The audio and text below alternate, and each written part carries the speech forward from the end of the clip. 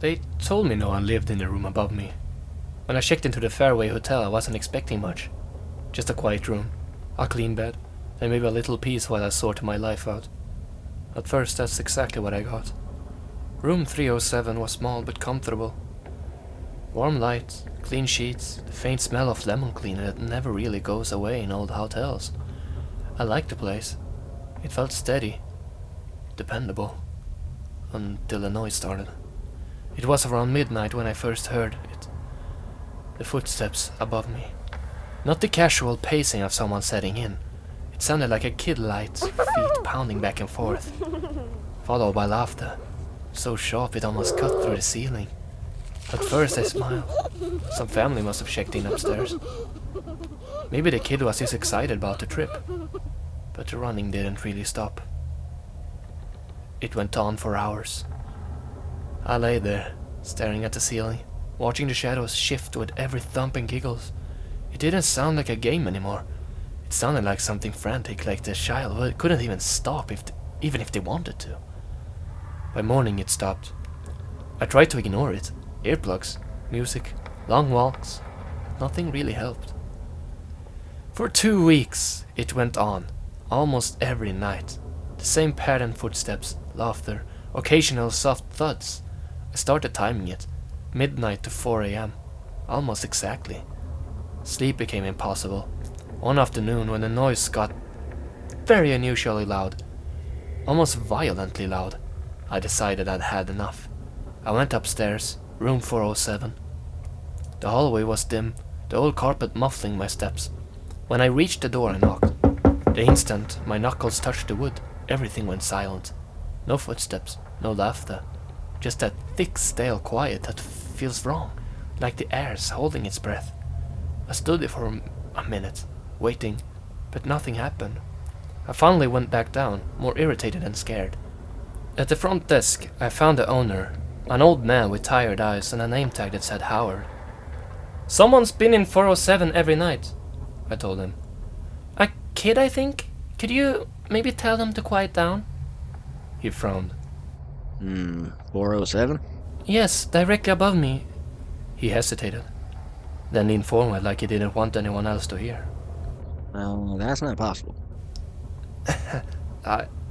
I promise, someone's there. That room hasn't been rentable for years. Structural damage. We sealed it off. Then who... Ma'am, He interrupted softly. no one has stayed in 407 for a very long time. He went on to explain that every attempt to repair the room had failed. Workers refused to stay there more than a day or two. Some claimed to hear voices. Some said they felt watched. Eventually the hotel just stopped trying. I didn't know what to say. I went back to my room, locked the door, and convinced myself it was all a misunderstanding. But later that night, the voices came back. Louder and wilder. The laughter wasn't just a child's anymore. It sounded warped. Too high and too fast, bouncing around like echoes in a metal can. I couldn't take it. I grabbed the crowbar I kept in my car. I don't even remember why I had it, and stormed upstairs. The hallway was darker than before. Half the bulbs had burned out. When I reached 407, I didn't knock. I jammed the crowbar into the door frame and pried until it locked up. The door creaked open onto pitch blackness. The air inside was cold, wet.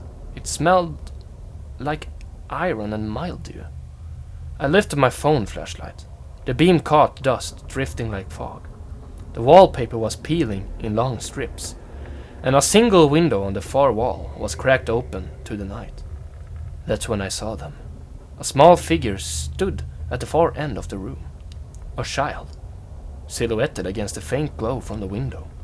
Beside the child in the corner sat a larger, sharp man, slumped in what looked like an old chair. I exhaled, shaking, and forced my voice steady.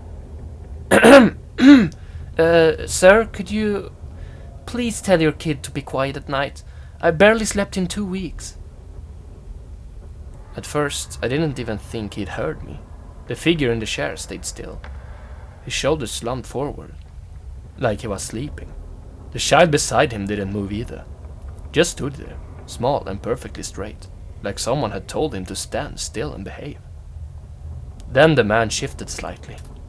I heard the creak of the old chair, the faint rasp of fabric against wood. "Oh, I'm so sorry, ma'am," he said. His voice soft and hoarse, as if it had to scrape its way out of his throat. "He gets carried away sometimes. It's hard to make him stop when he starts." The kid still didn't move. The sound of the man's breathing filled the space between us shallow, uneven, like every inhale was a shore. I forced a nervous laugh. It's okay, I just work early mornings. The noise keeps me up, you know. He made a noise that might have been a chuckle or a cough. "You work. That's good. It's good to keep busy. Keeps you from thinking too much." Something about the way he said it made me glance toward the door, but leaving felt rude. "Yeah," I said weakly. "I guess it does." The man leaned forward, just enough that I could see a faint glimmer light reflecting off of one eye. Or maybe something else. His voice dropped lower. "He doesn't mean to make a fuss, my boy. He just gets so excited when there's someone new in the building. Someone different." The way he lingered on different made me swallow hard. I tried to sound casual. Well, maybe he could be excited a little quieter? The man nodded, slowly, his neck moving with a faint, unnatural stiffness. Of course. He's a good boy, aren't you, Charlie?" For the first time, the child's head turned just a slight tilt, like a puppet being nudged by invisible strings. He didn't answer. The man sighed. "He's shy around strangers. Never did talk much after his mother left." Something about that sentence landed wrong. I took a small step back. "I really should get going. Didn't mean to bother you." "No bother. We don't get many visitors anymore. Not since... well, it doesn't matter." I hesitated. "Since... what?" "Since the last time we made noise." My phone light flickered for a second. I blinked, and the shapes in the room seemed to shift. The boy, by a little closer to the man. The man a little more slumped, like gravity had pulled him further into the chair. I told myself it was just my imagination. I'll just let you both get some rest," I said, finally. "Yes. Rest. That's what we all need." There was a pause long enough for me to turn and start walking away. Then just before I stepped out, I heard him add a soft, almost kindly, "Good night, ma'am. Sleep well. We'll try to be quiet from now on." I looked back one last time. I could sworn that the boy was smiling. When I left, I felt oddly lighter, relieved. Maybe I'd finally fixed it. The next night, the runnings returned. But it was louder than ever, like something hurling itself across the floorboards, hitting the walls, shrieking with laughter that wasn't laughed anymore. I broke. I raged. I called the police. They arrived 20 minutes later. 2 officers. They went upstairs while I waited by my door, hands trembling.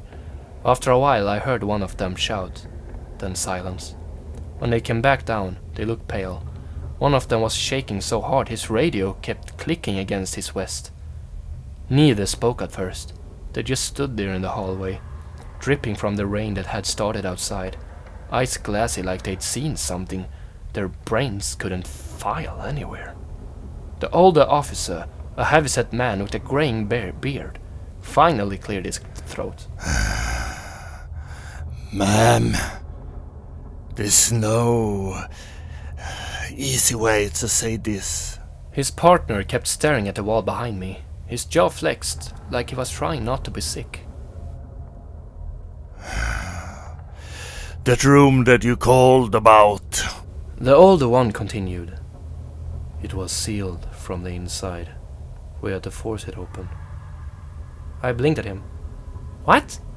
That can't be right. I was just in there last night. The door was unlocked. He raised a hand quickly. Please, just listen for a second. He rubbed his face, searching for the right words. We found evidence of, well, something. A struggle, maybe. It's hard.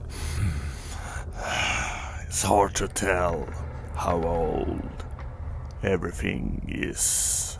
Old? I repeated. What do you mean old? Everything in that room. How should I put it? Looks like it has been there for decades. But it almost looks like it's just happened. He exhaled sharply and looked at his partner, as if asking for permission to keep talking. The furniture was overturned. Glasses shattered all over the floor. The wallpaper turned like somebody has clawed at it. How? I don't know.